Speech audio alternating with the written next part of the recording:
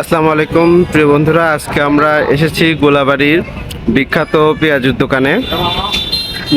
এই দোকানের পেঁয়াজু অত্যন্ত সুস্বাদু এবং পেঁয়াজুর ভিতরে পেঁয়াজের পরিমাণটা যথেষ্ট পরিমাণে ভালো।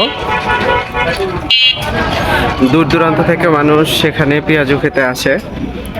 আগে ওনার যাকে দেখতে পাচ্ছেন ভিডিওতে, আগে ওনার বাবা এই ব্যবসাটা চালাতেন, আগে পেঁয়াজু বানাতেন। এখন এই ভাইয়াটা পেঁয়াজু তৈরি করছেন। বাড়িতে যারা আসেন তারা সবাই জানেন এই পেঁয়াজুর কথা। হ্যাঁ, এই এলাকার মধ্যে একটি ঐতিহ্যবাহী পেঁয়াজের দোকান। পেঁয়াজুর স্বাদটা কেমন? আচ্ছা, টাকা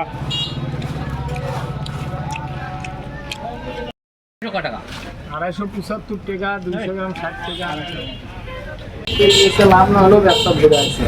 না সবসময় 6 মাস আগে কালাই আসলো 42 টাকা, সবসময় এক হবে না। 40 টাকা। ওই কালাই এখন 70 বা 70 ঠিক আছে। এই দোকানটা 32 টাকা, 32 টাকা।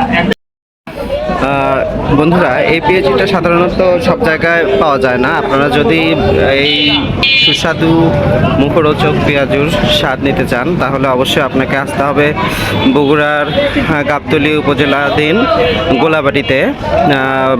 আর একটু ভালো করে যদি বলতে চাই তাহলে বিখ্যাত পোড়াদহ মেলা যেখানে হয় সেই